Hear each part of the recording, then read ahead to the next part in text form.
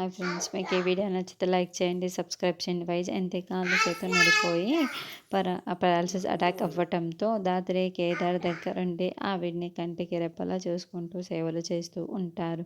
దాత్రి కేదార్ సేవలు చేస్తూ ఉంటే వైజయంతి కావాలి అని వామిటింగ్ చేసుకోవడం, కేదార్ చేత కాళ్ళు నొక్కించుకోవడం, తర్వాత దాత్రి అక్కడే బెడ్షీట్ పరుచుకొని కింద నిద్రపోతూ ఉంటే వైజయంతి కావాలి అని నీళ్ళ చెంబుని కింద తోసేసి ఆ బెడ్షీట్ అంతటా కూడా తడిసిపోయేలా చేయడం, రాత్రి ఆ బెడ్షీట్ నీళ్ళన్నీ కూడా పిండేసి ఏదో ఒకలా పడుకోవడం, అలా వాళ్ళని ముప్పు తిక్కలు పెడుతూ ఉంటుంది. తర్వాత వైజయంతి గదికి వచ్చేసి అక్కడున్న పాల గ్లాస్ని చేతిలో తీసుకొని గమనిస్తూ ఉంటుంది. ఆ తర్వాత కాఫీ టేబుల్ కింద ఒక యాపిల్ పండు సగం సగం తిని పడేసి ఉంటుంది, ఒకటి ఉంటుంది. వాటిని మొత్తం కూడా దాత్రి చేతిలోకి తీసుకొని గమనించేసి జరిగిందంతా చూస్తుంటే అత్తయ్య గారికి నిజంగా కాళ్ళు చేతులు పడిపోయినట్లు అనిపించట్లేదే, కావాలనే నాటకం ఆడినట్లుంది అని జరిగిన సంఘటనలు అన్నీ కూడా దాత్రి గుర్తు చేసుకుంటూ ఉంటుంది.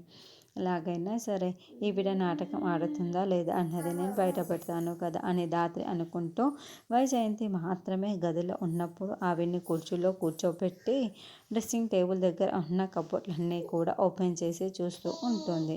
ఈ అమ్మాయి ఇలా అన్నీ కూడా ఓపెన్ చేసి చూస్తుంది అని వైజయంతి అనుకుంటూ ఉంటుంది. రాత్రి అద్దంలో నుండి వైజయంతిని గమనించుకుంటూ ఉంటుంది.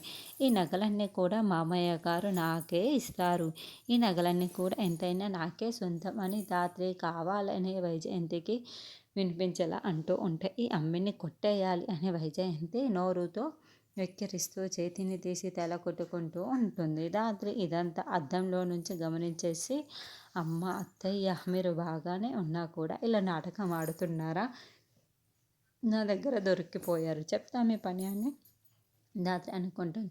ఇప్పుడు దాత్రి కేదార్ని వైజయంతి ఎలా ముప్పులు పెడుతుందో అంతకంతకు దాత్రి కేదార్ వైజయంతి పైన ముప్పు తిప్పలు పెడతారు అన్నది నెక్స్ట్ ఎపిసోడ్.